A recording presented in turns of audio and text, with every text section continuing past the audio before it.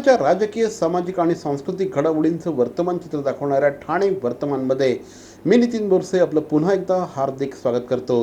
सादर करीत आहोत आजच्या ठळक बातम्या.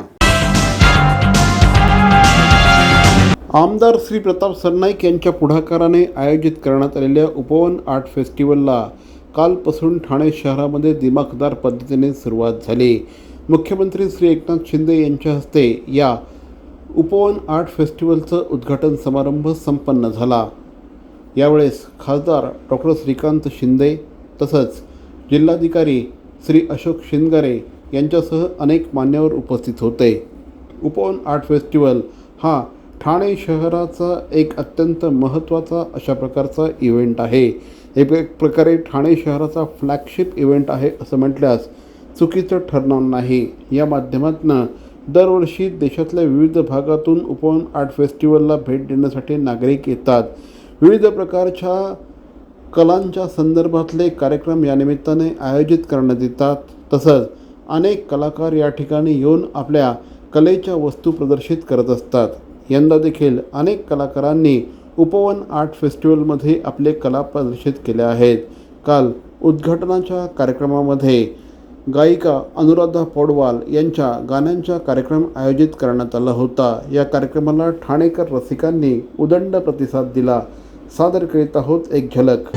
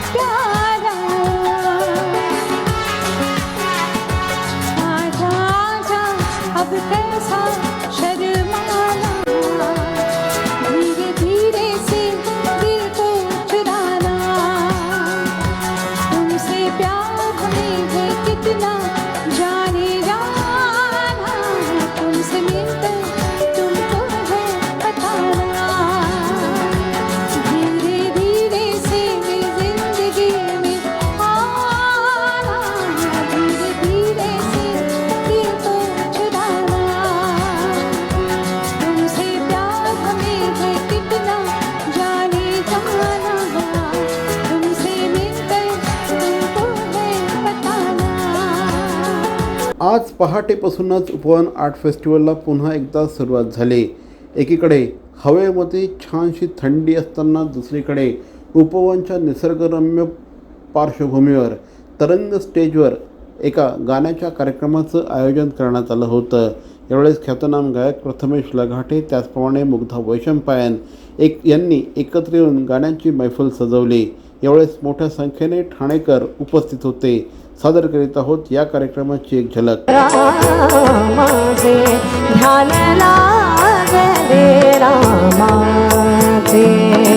दुःख हरले जन्माचे, दुःख हरले जन्माचे, दुःख हरले जन्माचे, दुःख हरले जन्माचे, ध्यान लागले रामाचे, ध्यान लागले रामाचे. एकांत में बैठ कर एकांत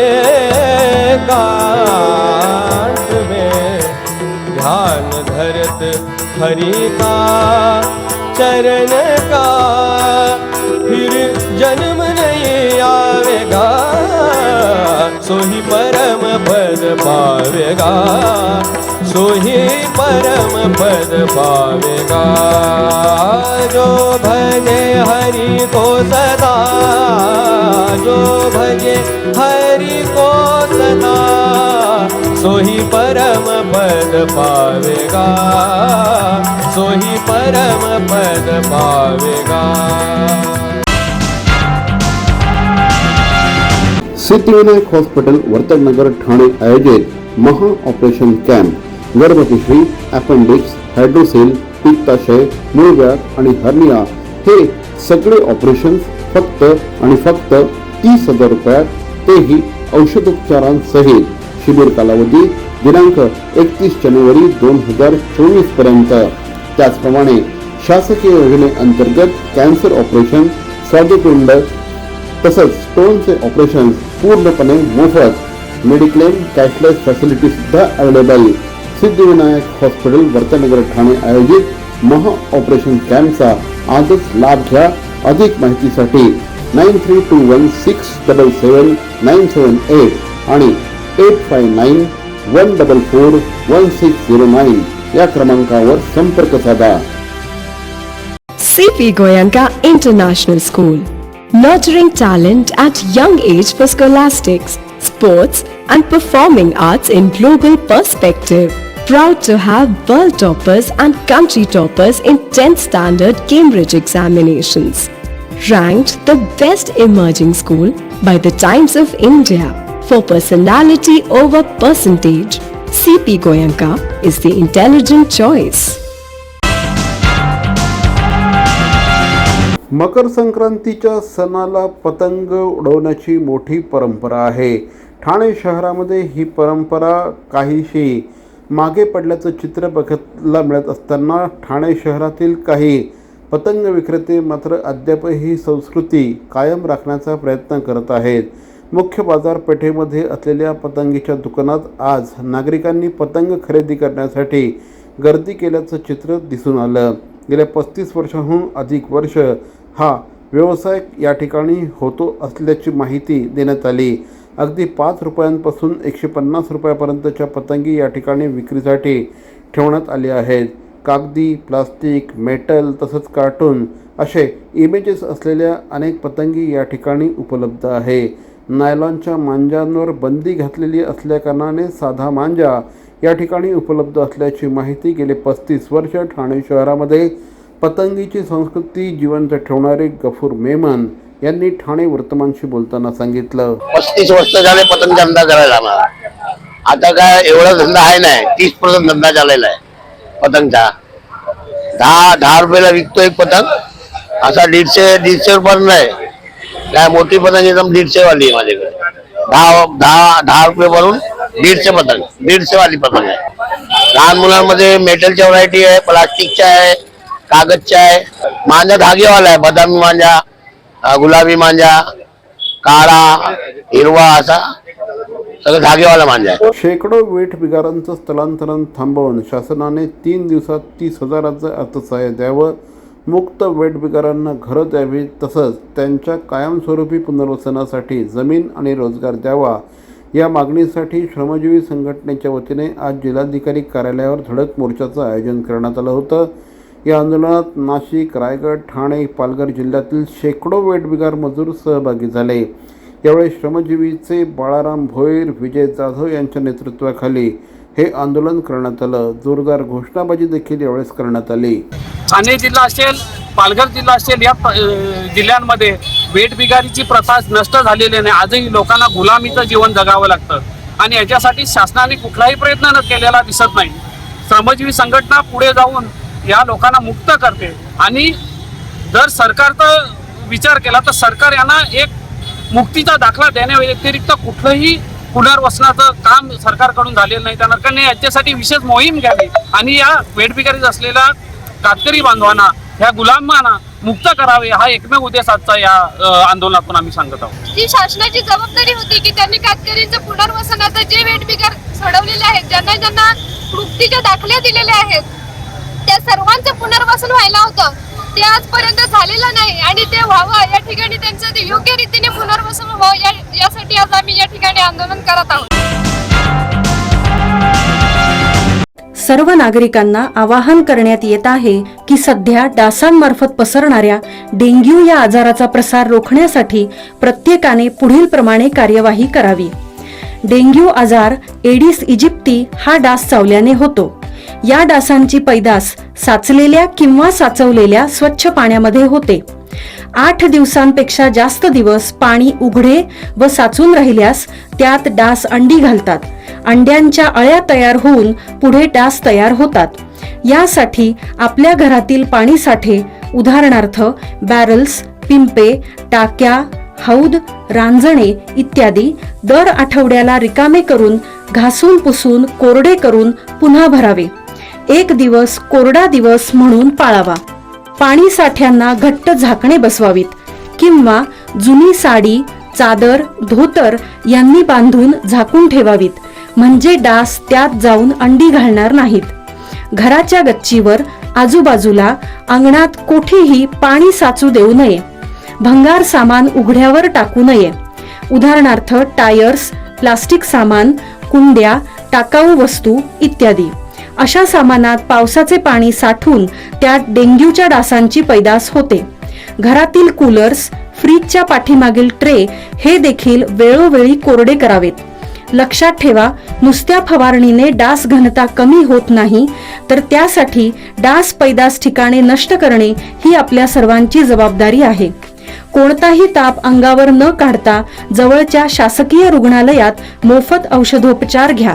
अशा प्रकारे नागरिकांनी सहकार्य केल्यास डेंग्यूचा प्रसार रोखणे सहज शक्य आहे.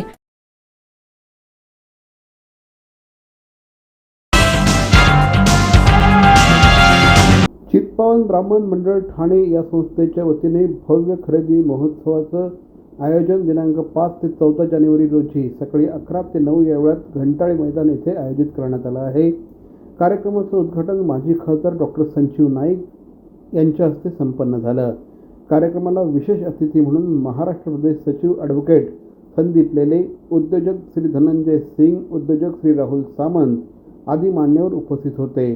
चित्पावन ब्राह्मण मंडळ ठाणेतर्फे अध्यक्ष श्री मिलिंद मोरेश्वर जोशी, विश्वस्त श्री अजित गानू, उपाध्यक्ष श्री रामचंद्र फडके, कार्यवाह श्री सुनेत्रा फडके, खजिनदार श्री उमेश गाडगीळ, कार्यकारिणी सदस्य श्री शैलेश वेल्लणकर, अमोद खैसास, माजी कार्यवाह व आजीवन सभासद अमित गोडबोले, आजीव सभासद सरिता सोमन आदी मान्यवर यावेळेस उपस्थित होते. यावेळेस डॉक्टर संजीव नाईक यांनी संपूर्ण प्रदर्शनाला भेट देऊन आयोजकांच्या नियोजनाबद्दल त्यांचं कौतुक केलं. चित्पावन ब्राह्मण मंडळाच्या या खरेदी महोत्सवाला गेल्या अनेक वर्षांची परंपरा आहे. या ठिकाणी घरगुती उपयोगाच्या अनेक वस्तू मिळत असतात. त्याच पद्धतीने अनेक लघुउद्योजक या संपूर्ण कार्यक्रमामध्ये सहभागी होतात. त्यामुळे लघुउद्योजकांना अतिशय सुंदर अशा प्रकारचं व्यासपीठ या ठिकाणी उपलब्ध होतं, असं यावेळेस माजी खासदार श्री संजीव नाईक यांनी सांगितलं. दिनांक 14 जानेवारीपर्यंत या ग्राहक पेठेचं आयोजन करण्यात आलं आहे. जास्तीत जास्त ठाणेकर नागरिकांनी या कार्यक्रमाला उपस्थित राहावं असं आवाहन या निमित्ताने माजी खासदार डॉक्टर संजीव नाईक यांनी केलं. आज चित्पावन ब्राह्मण मंडळ ठाणे यांच्या माध्यमातून सालाबदाप्रमाणे 9 वर्ष ह्या स्टॉल्सचं या ठिकाणी आयोजन करण्यात येतं आणि आज उद्घाटक म्हणून त्यांनी मला बोलावल्याबद्दल मी त्यांचा आभार व्यक्त करतो. माझ्यासोबत आज धनंजय सिंगजी या ठिकाणी त्यांनी मला सांगितलं की बाबा अशा लोकांची हे आहे की त्यांनी तुम्ही यायला पाहिजे आणि म्हणून मला त्यांनी सांगितलं की इथे येणारे सर्व ग्राहक आहेत हे अनेक वर्षापासून अनेक दिवसापासून ह्याचे चाहते आहेत आणि म्हणून मी धनंजय सिंगला सांगितलं की बाबा आपण जरूर या ठिकाणी जाऊया. आणि बऱ्याच वेळा आपण पाहतो की छोटे जे लोक असतात त्यांना व्यासपीठ नसतं. मला वाटतं अशा ग्राहक पेठेतून लोकांना चांगली ग्राहकही मिळतात आणि ग्राहकांना अशा गोष्टी मिळतात आणि म्हणून मला असं वाटतं की अशा पद्धतीचे स्टॉल्स, अशा पद्धतीचे ग्राहकांसाठी उपलब्ध असलेले ठिकाणं ही ठाण्यामध्ये पूर्वीपासून आहेत आणि इतिहास आहे की या ठिकाणी अशा गोष्टींना लोकांचा उत्स्फूर्त प्रतिसाद मिळतो. गेले अनेक वर्ष या घंटाळी मैदानामध्ये चित्पावन ब्राह्मण मंडळातर्फे हा उपक्रम घेतला जातो. अनेक उपक्रम घेतले जातात परशुराम जयंतीसारखे आणि एक चांगल्या प्रकारच्या म्हणजे व्हरायटी गृहोद्योग आणि आता असे संजीवजी म्हणाले की गृहोद्योग आणि कुटीरोद्योग ह्याचा एक चांगला संमेलन इथे असतं आणि स्वतः बनवून आणलेली उत्पादनं बरीचशी या ठिकाणी दिसतात आणि त्यामुळे स्वतः उद्योग करणाऱ्या लहान उद्योजकांना अशा ठिकाणी वाव मिळतो. कारण मोठमोठी दुकानं प्रत्येक वेळेला विकत घेणं शक्य नसतं. आज कोट्यावधी रुपये गाळ्यांचे भाव आहेत. आज इकडे समोरचा गाळा घ्यायला गेलात घंटाळीच्या समोर तर माझ्या मते नाही म्हटलं तरी 100 फुटाचा गाळा किती 70-80 लाखाला असेल, 60-70 लाखाला. तर आता या ठिकाणी एक 8x8चे गाळे प्रत्येकाला 10 दिवस का होईना उपलब्ध झाले. त्यात त्यांचा व्यवसाय होतो. त्यातनं पुढे त्यांना कायमस्वरूपी गिऱ्हाईक पण मिळतात. छोट्या मोठ्या उद्योगधंद्यांना व्यासपीठ मिळवून देणं आणि त्यांना अर्थार्जनाला सहाय्य करणं. कित्येक आम्ही अशा 2-3 सभासुद्धा ह्यांच्या घेतो की त्यांच्या काय अडचणी आहेत की बँक ऑफिसर्सना मुद्दामून बोलून त्यांना काही फायनान्स मिळवून देता येईल का. कारण ह्या लोकांना फायनान्स मिळवणं पण जरा प्रॉब्लेम असतो. तोही इथे सॉल्व करण्याचा आम्ही प्रयत्न करतो. यांच्याबरोबर आम्ही जास्तीत जास्त भेटून त्यांच्या समस्या किंवा एकमेकांना आता ग्रुपसारखं करून की हे साडीवाले आहेत, हे ब्लाऊज पीसवाले आहेत, ह्या दोघांनी एकत्र येऊन विक्री करावी अशा दृष्टीने पण आम्ही कोलॅबरेशन सॉर्ट ऑफ थिंग आम्हाला त्यांना आम्ही गाईड करतो. पॉवर टीम एक प्रकार असतो त्यापणे पण आम्ही त्यांना मदत करतो आणि आमच्याकडचे उद्योजक जे आहेत त्यांच्या अनुभवाचा फायदा मिळवून देतो. ह्याच्यातून जे मंडळात जे अर्थार्जन होतं त्यातून सामाजिक उपक्रम राबवले जातात. रक्तदान, नेत्रदान अशा स्वरूपाचे जे स्टॉल्स आहेत त्यांना आम्ही मोफत स्टॉल देतो. मंडळाचा उद्देश पैसा कमवणं हा नाही आहे पण त्यांना व्यासपीठ मिळवून देणं हा उद्देश असतो. तर मंडळी या होत्या आजच्या ठळक बातम्या. ठाणे वर्तमानमधून आम्ही ठाण्याच्या राजकीय, सामाजिक आणि सांस्कृतिक घडामोडींचं वर्तमान चित्र दाखवण्याचा प्रयत्न करतोय. अर्थातच आपल्या सहकार्याची गरज आहे. तेव्हा आपल्या सूचना आणि समस्या आम्हाला जरूर कळवा. आमचा पत्ता ठाणे वर्तमान, Dadoji Konde stadium, shop number 16, Khatal road, Thane पश्चिम. दूरध्वनी क्रमांक 9820939420. तर मग पुन्हा भेटू उद्या याच वेळी याच ठिकाणी ठाणे वर्तमानमध्ये. तोपर्यंत धन्यवाद. जय हिंद, जय महाराष्ट्र.